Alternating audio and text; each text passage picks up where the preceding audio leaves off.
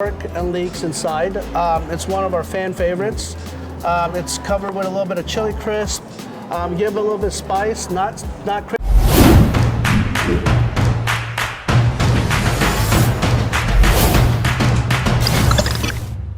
Hey, what's up? It's Luis from America's Best Restaurants, and we travel the country coast to coast to find the places where you need to eat at on a weekly basis. All right, everybody, so today we are in Indianapolis, Indiana, and we're shooting a special episode because we're actually at the Garage Food Hall, but we're specifically right now at a restaurant called Lil Dumplings Noodle Bar, and we're about to feature some amazing items like their Dan Noodles. We are going to talk to the owner, Chef Carlos, and we're gonna show a couple more things on camera. You definitely don't wanna miss these. So why don't you come with me? Let's go check it out.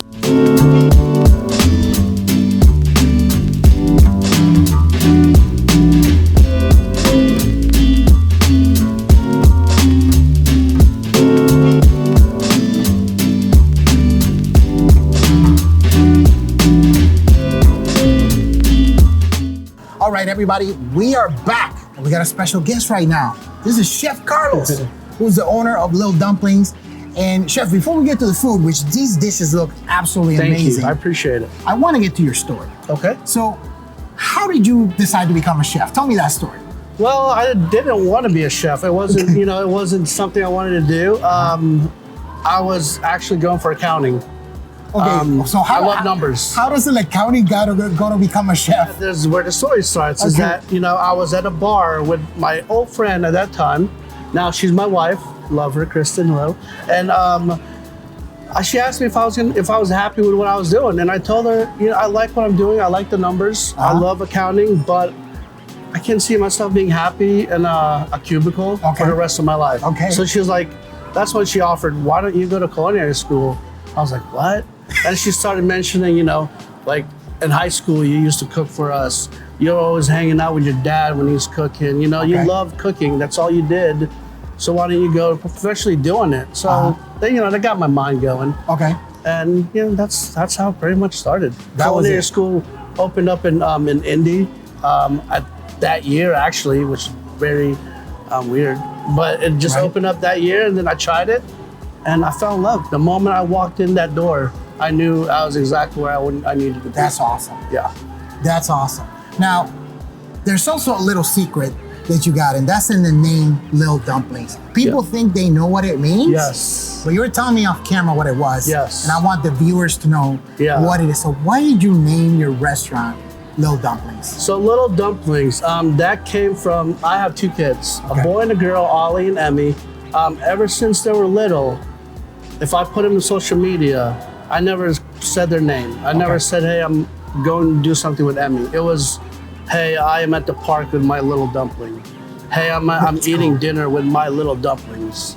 And I'm such a family guy. And when I knew I was going to do something like this, I turned to them and said, what would you think if I named this new restaurant Lil Dumplings? And the smile on their face, the glow, and it was just so big that I was just like, all right, that's what I'm gonna do. Awesome. So yeah, I get a lot of backlash of like people like, oh, why is it called Little Dumplings? You're not serving dumplings. Well, this is why, Okay. So. That's a great story. Well, shout out to the Little Dumplings, definitely. That's awesome. Now, but we do have some dumplings here, so let's not get it twisted. Yes. All right, so Chef, might as well, with the segue with that story, let's start with the dumplings right here. Tell me, what do we have? So right here, I got the pork and leek dumplings, pork and leeks inside. It's one of our fan favorites. It's covered with a little bit of chili crisp. Give it a little bit of spice, not crazy spicy, but just a little bit of hint of spice. Balance it out with a little bit of that pickled red onion, some mushrooms in there, and scallions. That outstanding. Awesome. Outstanding. Awesome. Oh my God. All right.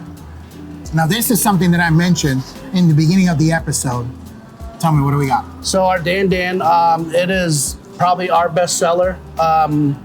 It's one of those, my menu changes every month. And this is something that I have not been able to take off the menu because people want it so much. Out of the 3 to 4 menu items that I have on there, it's probably what sells the most. Let's say about 70 to 75% of my sales is that is the Dan Noodles. Wow. So it's spicy.